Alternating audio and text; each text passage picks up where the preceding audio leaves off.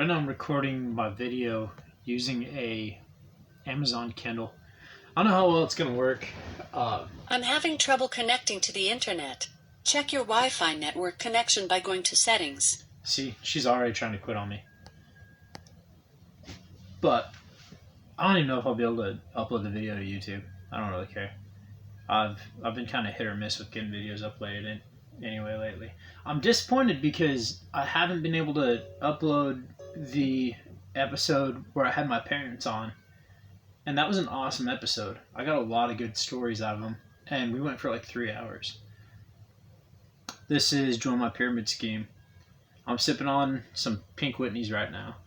This is the first drink that, no, it's not the first drink I've had. But today's the first day that I've had a drink since I got back on the East Coast after being in Colorado, during which time I don't know if I breathed the silver breath the whole time.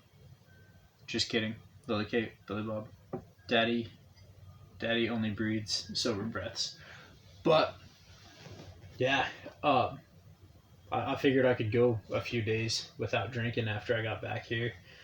And besides, I'm by myself, and there's nothing worse than drinking when you don't even have a wife to make lewd comments to.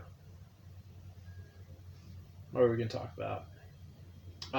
Going to talk about doing the sensory deprivation tank up in Richmond a little bit, but not just going to jump right into that. A few things we did in Colorado. I'm waiting until Nicole comes on the podcast before I talk about Colorado a whole lot. But that was a good time. We fed cows. Some important things happened. Christmas. Tom got baptized. Matthew got married. So we had some good times there. I got to do almost everything that I wanted to do, except for ride horses, but there's hardly any tack that's still usable back on my parents' place, and those horses are probably halfway lame by now. Moon is the one that, that was our best horse, but she's kind of getting up there in years now. Yoder was thrilled to see us. Pretty cool when your dog is happy to have you back and he hasn't seen you in a year and a half. But he's going to be a little depressed after Nicole and the kids come back to the East Coast on Saturday. So I pulled a camper from Wilson, North Carolina, up here to a little village just south of Petersburg, Virginia, a place called Templeton. South 40 campground is where we're at, and I like this place pretty well. The only thing I don't really care for is that I can hear the interstate, and I'm just a little ways away from I-90, but yeah, whenever it's, if the campground wasn't so quiet, I wouldn't be able to hear the interstate anyway, so I can't complain about that. There's not a lot of people here.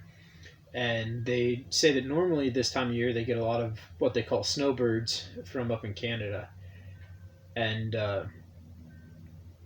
during the winter, I guess those Frenchies from Quebec and, also some of the others from the rest of the provinces like to come down this way and make their way down to the Carolinas or down to Georgia or Florida. I can't see Canadians hanging out in Georgia. They probably go to Florida. But apparently there's a lot of them who haul their campers down here and just spend their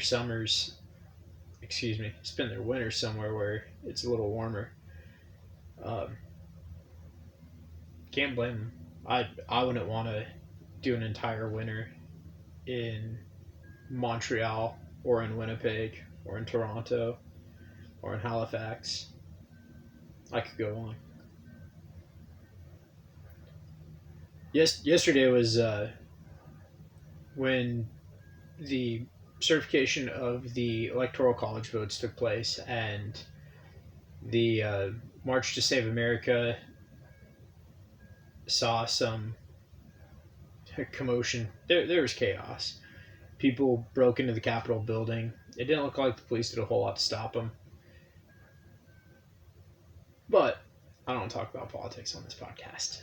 So if I seem like I'm generally disgruntled and I just don't care a whole lot, it could be somewhat the effects of what happened yesterday, or it could just be because I'm feeling extra mellow after chilling out in a sensory deprivation tank.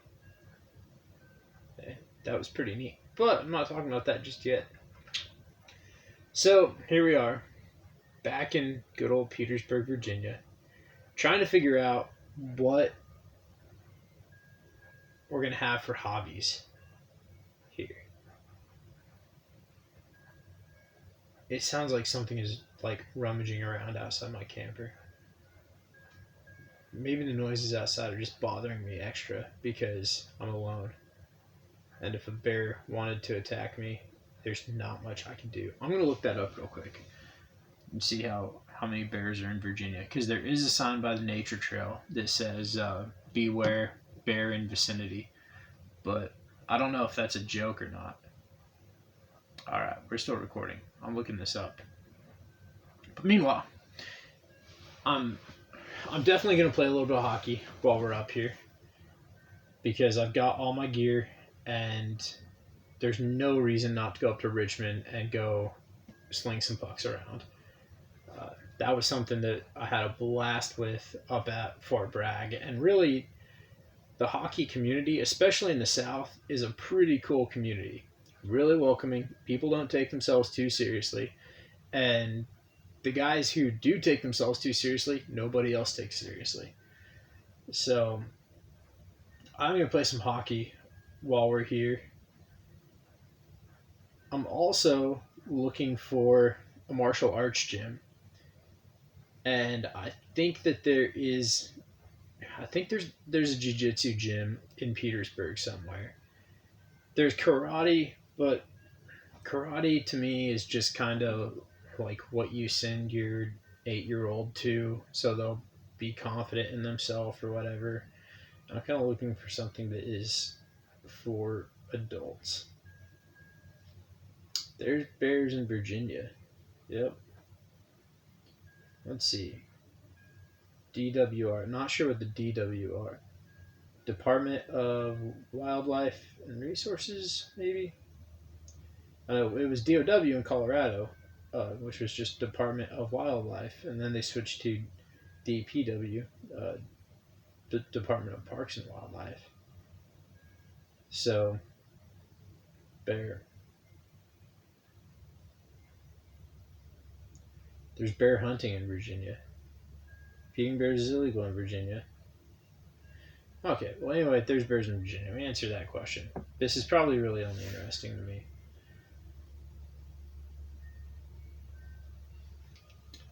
Pink Whitney is a pink lemonade flavored vodka.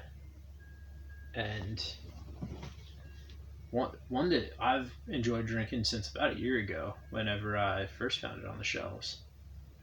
So it's also been a regular on both this podcast and what was previously Let's Have a Drink podcast.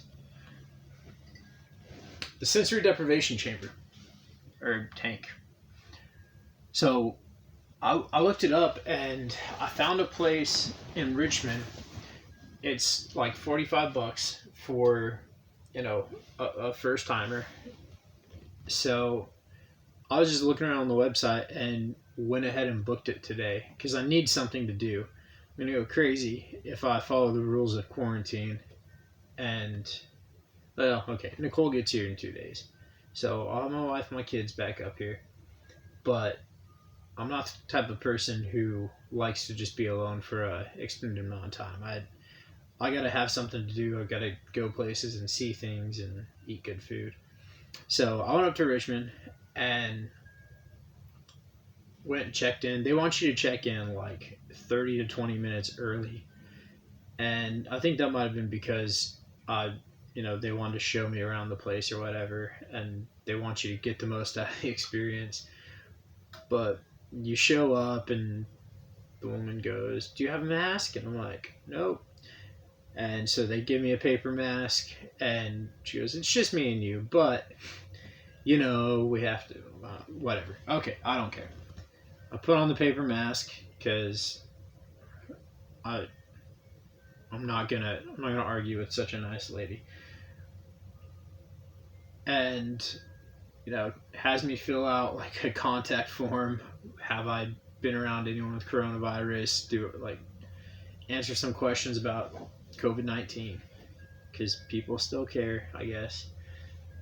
Um, Go sit at another table. I fill out this form that says I understand everything about this chamber, and if I drown in here, it's not your fault. So fill out that form, and then you watch a video, and the video gives you like very clear instructions on how to use a sensory deprivation tank and everything you're supposed to do before and after.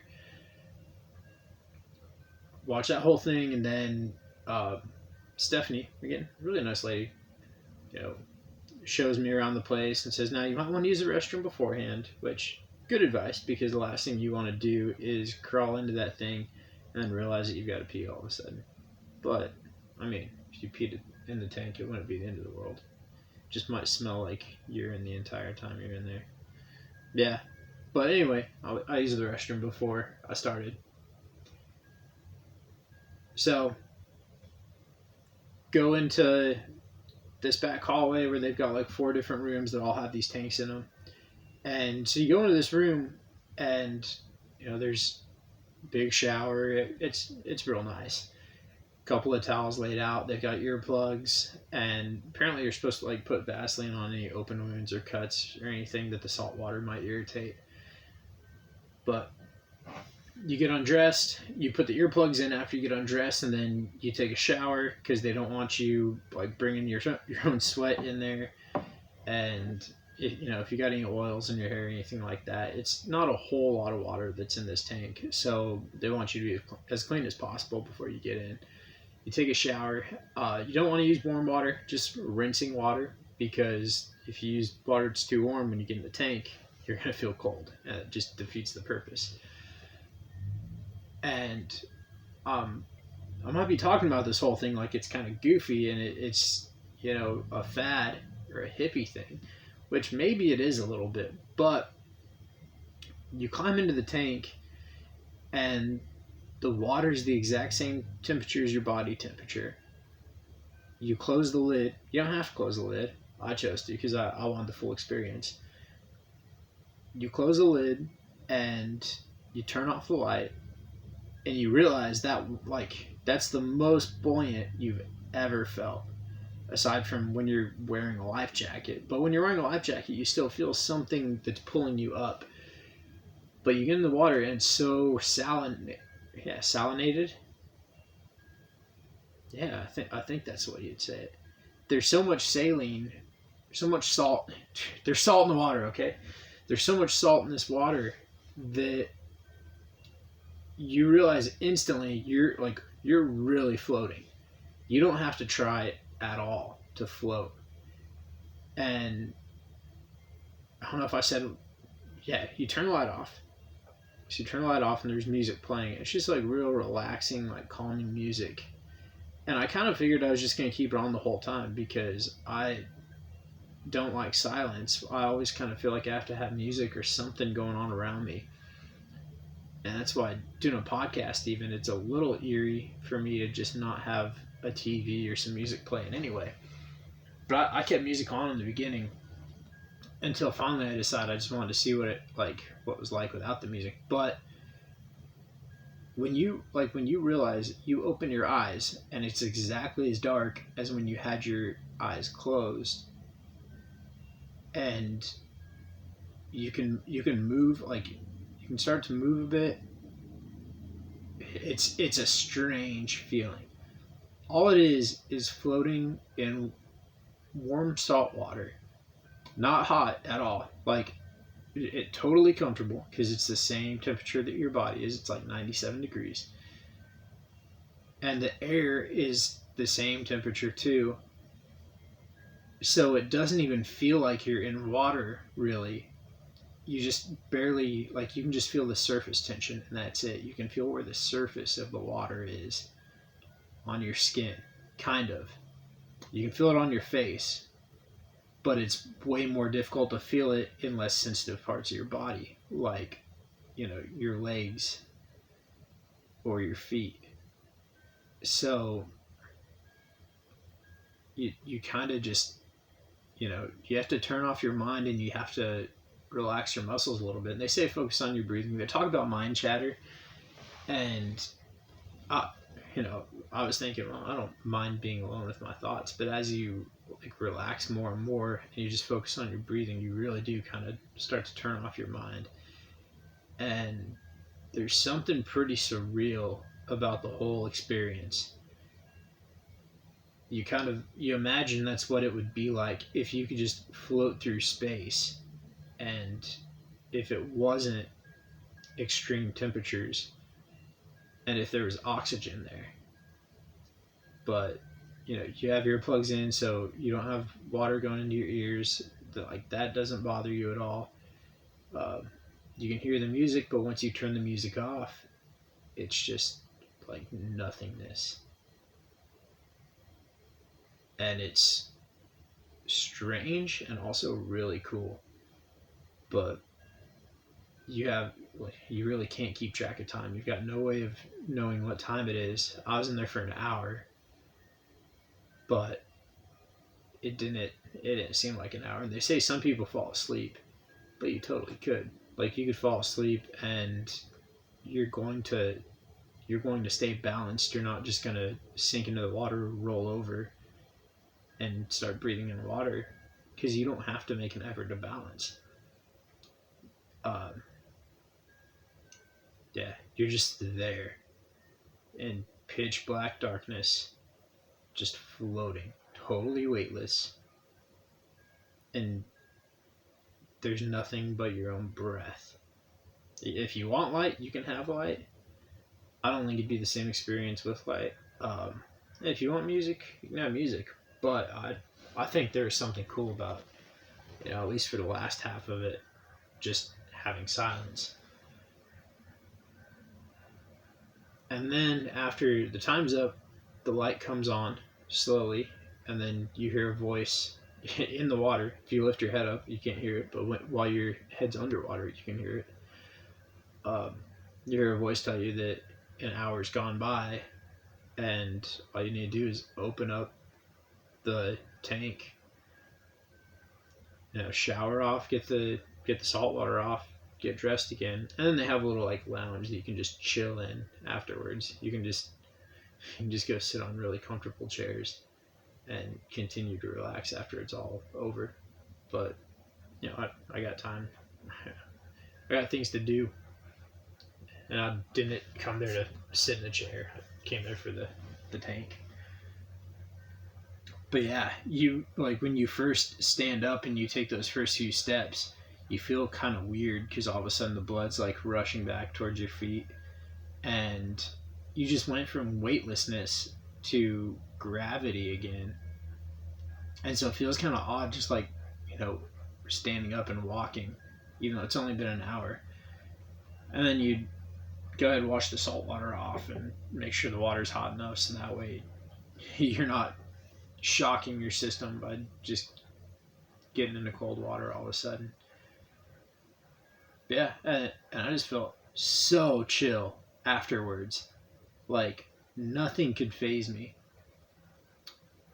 And yeah, so I went, got supper after that, and it was kind of cool. Just driving afterwards. Normally driving in the city, I just feel tense. I'm constantly watching what's going on because people are crazy and I don't trust them. But I just felt real chill. And, I could have gotten T-boned and I would have, kept my cool through the whole thing. So that's sensory deprivation. That's the float tank. Really cool. Float Zone, I think, was the name of the place that I went to. Then after that, I went to Sticky Rice. It might sound like I said stinky. Sticky Rice, which is a place we used to go and party at. It's a restaurant and a bar. At night, it's a pretty awesome bar. At least it was when I was 23. But Yeah, well, I went to that place, sat down, and had some Mongolian beef, but it's not the same. You know, again, I walk through the door, they ask me if I have a mask, and then I put a mask on just so I can sit at my table and take it off again. But yeah, Richmond has changed. Richmond has changed a lot in the last 4 years. There used to be all these, really neat statues going down the road, um, driving through the fan district, and now they're gone. That was it was a little depressing just to see these like big chunks of concrete with without the monument that used to be on them and graffiti. But I don't know. Supposedly that's gonna make the world a better place. We'll see. I don't have anything else to talk about. Thanks for listening. Until next time, this was Join My Pyramid Scheme, the podcast. Oh, yeah. I forgot. I'm supposed to review a movie and give some songs that I've liked listening to. Um, I listened to the Billy Joel station a little bit on Sirius XM today, and I I like, is it Houses of no, Glass Houses? I like the songs on that album. Still Rock and Roll to me is a favorite for sure. And there's some good cover. But yeah, Cora Blund has an awesome cover of Still Rock and Roll to Me. Yeah, I'm gonna talk. I don't know if I talked about Weezer's Teal album yet, but I like the covers on the Teal album. That is one. So their cover of Africa was really popular there for a while, but everyone was listening to that. But it's also got really good covers of No Scrubs by TLC. It's got Working for the Weekend, which I think is by Loverboy. Yeah, I think they cover Working for the Weekend. Oh, and Take on Me by Aha. So yeah, check out some of the covers that are out there of the classics. There's some bands that they just you know they do classic music really well. And what's the one that Billy Joe from Green Day did? The one, I think we're alone now. There doesn't seem to be anyone around. What's the name of that song? Yeah, I like that one okay. Like, I like the original, but when I heard his cover, yeah, I was pretty pumped. It was a good one. Movies. Don't watch Van Wilder. Van Wilder sucked. I watched that one last night. I was disappointed. I used data from my hotspot, and I only have like 20% left now. But I used data to watch that one, and it was a waste. One show I'm kind of getting into, obviously, because we're living in a camper, is Extreme RV. That one's fun to watch because they're going through, the not only the extremes, like the most luxurious um, RVs that they're doing, but they also have some of the like some of the smallest, like most compact but functional types of travel trailers and RVs that are out there too, like the Cricket. That was pretty cool. They're doing tour buses and like real like luxury. I can't remember what they call these things, uh, but it's beyond a park model for sure. These are trailers for guys like Will Smith, for NASCAR racers. Simon Cowell, he was one of the ones that they did. So, yeah, pretty cool seeing some of the stuff they were building. And then, the band Perry, I watched them do the bus for the band Perry. But I don't know. One of the things that I thought was really cool was they go to Bend, Oregon, where they're taking old fashioned campers and restoring them there. And it's so cool because they try to stay true to like, you know, the build at the time. and they're putting they're putting vintage furniture in there, but it's vintage furniture that like stood the test of time. That's still around, and I think they redo the electrical wiring and everything. They turn out to be really neat campers. So I'd love to walk through one myself on my own 2 feet. But yeah, I'm enjoying watching that show.